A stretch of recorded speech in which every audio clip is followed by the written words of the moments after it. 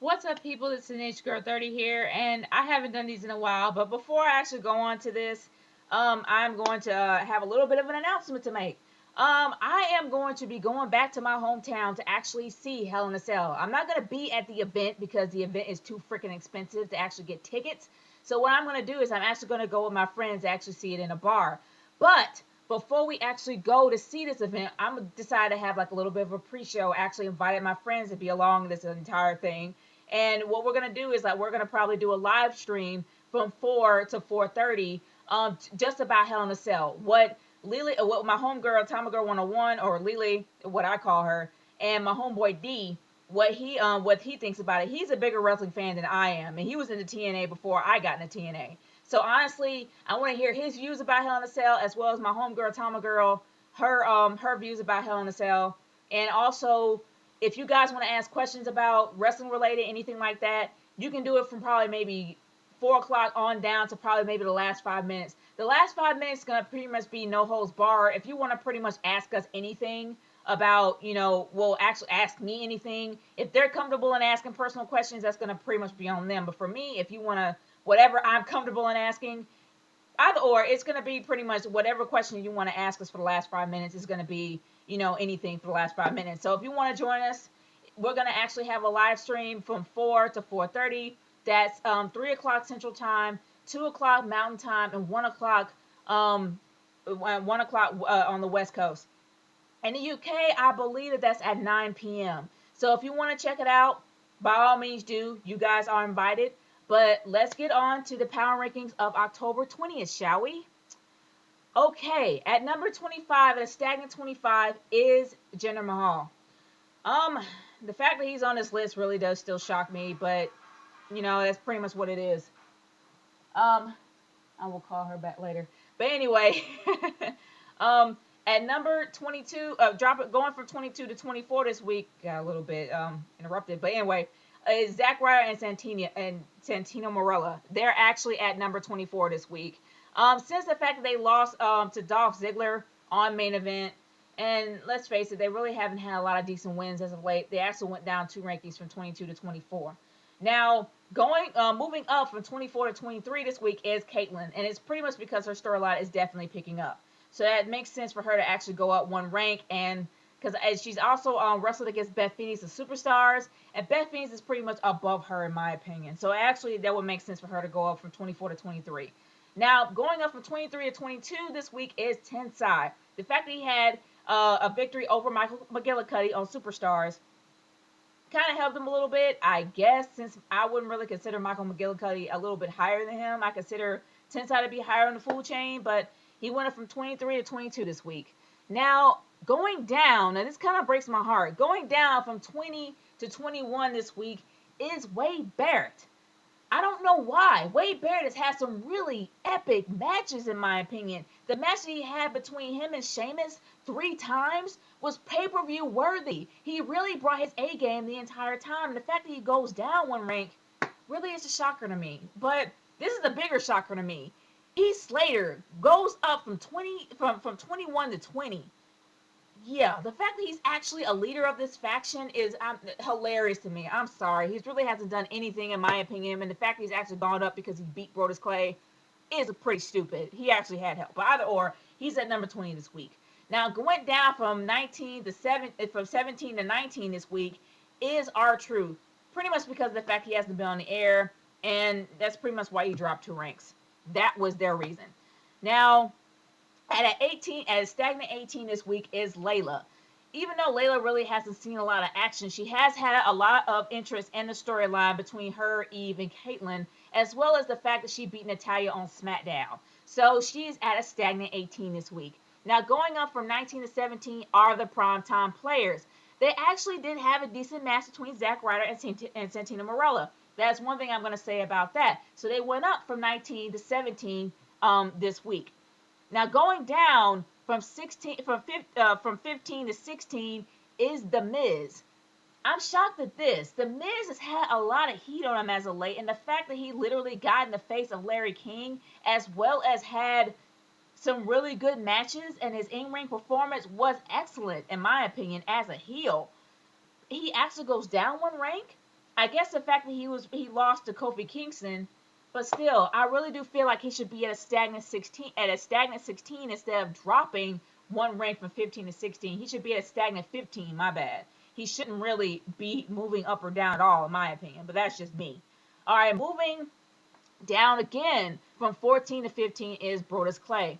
Pretty much because of the fact that he got beat by 3MB. Gosh, that's a really stupid faction. I'm not gonna lie, that's a dumb faction. But anyway, moving on from 13 to 14 this week drops Rey Mysterio and Sin Cara. The fact that Rey Mysterio has been out with the flu, so that's pretty much the reason why we haven't really seen a lot from this tag team as of late, and also the fact that they lost the number one contendership title. I mean, number one contendership for the tag team titles. In my opinion, it should drop 2 instead of 1 because the number one contendership is a big deal. It's a big freaking deal. And the fact you lost, you should drop at least 2. That's just me. But maybe the fact that they were actually the last 2, and the fact they lost that one, I guess maybe it would make a little bit of sense for them to drop 1. But anyway, going up from 16 to 13 this week, 3 ranks is Kofi Kingston. Now, since Kofi Kingston is the IC champ, he is constantly beating up on The Miz. Like, he's constantly going over on the, not going over, but he's constantly beating The Miz every single time they have a performance together. So, the fact they actually have a match in Hell in a Cell, and the fact that he's actually been really strongly promoted since then, pretty much brings him up from 16 to 13. Now, moving on from dropping from 10 to 12 is Dolph Ziggler. Yeah, Dolph Ziggler has had a lot of losses and a few wins, and the fact that even though he's a Money in the Bank holder, he really has been booked as a joke. So it would make sense for him to drop 2 spots for that reason. Now, at a stagnant 11 is Eve. Honestly, the fact that Eve is involved in the storyline at all is just, I don't know, really does sicken me to the core because I'm really sick and tired of seeing her on my screen as well as Vicky Guerrero. But that's just me. She's at a stagnant 11 this week. Now, at this point, from 10 on up to 1, I really do feel like it's a popularity contest, but that is just how I see it. At number 10, going from 12 to 10 is Randall Keith Orton. Are you shocked? No. Has he ever lost a match? No. Are you surprised he's on this list? No. Because let's face it, it's a freaking popularity contest. He's gonna always be on this list, even if he hasn't done anything or been outside and hasn't wrestled in like several months. He's gonna still be on this list. So he's at number 10 this week, of course. At a stagnant 9 is Antonio Cesaro. Well, he really hasn't done much with the championship, but he hasn't lost either. So it makes sense for him to, except for Justin Gabriel this past Monday. So it makes sense for him to be at a stagnant 9. At a stagnant 8 this week is Team World Scholars. Honestly, I think World Scholars should have moved up at least 2 ranks. Number 1, they're the number 1 contenders for the tag team titles, and number 2, they haven't lost a match. So they should actually go up 2 ranks, but that's just me. Now, here's the one thing that shocks me, and the fact that he's on this list is even a bigger shocker. Actually, no, it really isn't a shock at all. John Cena went from 5 to 7 this week. And the fact that he hasn't really been in the ring, I guess maybe because of the storyline he was in with AJ and also his promotion towards Ryback probably did put him on this list as number 7. But number 6 this week, at a stagnant 6, is Alberto Del Rio. Now, Alberto Del Rio beat the Funkasaurus, but he really hasn't had much since then. He really hasn't been booked strong in any of the matches he's been in. So, of course, he's going to be at a stagnant 6 because of that one win. But here's another thing that kind of shocks me. This thing shocks me, seriously. From as much promotion as this guy has gotten, not only from John Cena, but also from the PR machine by Mr. Vincent Kennedy McMahon, Ryback is at number 5 this week. He goes from number 7 to number 5. For crying out loud, this guy has been booked as a Titan. Not to mention the fact that he's had nobody to ever beat him. Well, that's pretty much the same thing. He's been booked as a Titan, and he's been pressed by the PR machine of Vincent Kennedy McMahon. And anything WWE, he has been pushed and pushed heavily. So the fact that he is so low on this list really does astound me. I think he should at least be at number 2, or at least number 3 for that reason. But he's at number 5 this week. Now, moving on to number 4 is The Big Show. The Big Show has been booked as a very strong, dominant heel. So it would make sense for him to actually be up in the top 5. for him to be number 4, I think that he should be number 5 because Ryback has been pushed a lot harder than the Big Show, in my opinion. So I think I think that Ryback should be at least number 3, and Big Show should be number 5, but they have him at a stagnant 4. Moving on to number 3 on this list is CM Punk. Now, this makes sense to me, but it doesn't make sense in the WWE world. And what I mean by that is that the WWE really believes that the WWE title outranks the World Heavyweight title. So to have CM Punk as number 3 really shows that they really don't care much about the WWE title, in my opinion. But in the realm of, I guess, maybe the YWC, IWC, or just me in general, it makes sense to actually have him on this list. As you know, because of the fact that he's the WWE champion, and I think that the World Heavyweight champion is top billing compared to what he has, and plus the fact that he really hasn't done a lot, in my opinion, for promo wise. No way, I take that back. He really has done a lot promo wise, but I'm still really shocked that he's at number 3. I think that he should probably be a little. I mean, I don't know. It just didn't make any sense to me. But moving on to number 2 is Team Hell No. Team Hell No has had a lot of push, a lot of decent promos, funny promos, hilarious promos, but the fact that their storyline has really helped them a lot and helped them career-wise, except for Kane. Let's face it, they're a bunch of juvenile idiots in my opinion, but they really do have great in-ring chemistry together. Whether people understand it or not, they really do in my eyes. So for all that, for the push that they have been getting, and also for the fact that they're the tag team champions, that puts them at number 2.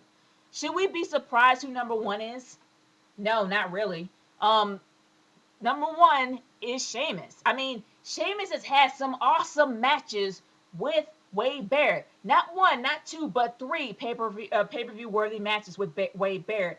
He is in a really huge feud with the Big Show, and there's a lot of wild cards thrown into those matches, thrown into his big match at Hell in a Cell. And the fact that it's been so promoted heavily between the Big Show, well, the Big Show hasn't had that big of a push as Ryback, but still, the whole match in general has been pushed heavily on SmackDown.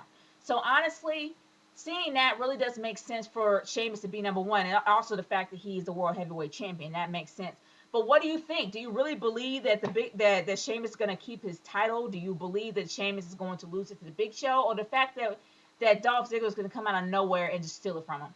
I'm curious of what you guys think about these ranks, as well as what you believe about the outcomes of Hell in a Cell. Leave your comments in the comment section below, or send me a video response. Stay tuned to the live stream that we are going to have the day of Hell in a Cell. Maybe several hours before, at 4 o'clock Eastern time. I'm going to have a live stream with 2 of my friends, Tama Girl 101, or who I call Lily, and my homeboy D. We are going to have a live stream at 4. You guys are welcome to join in. You are all invited. I will see you then. This is Nature Girl 30 signing off. Peace out. Later.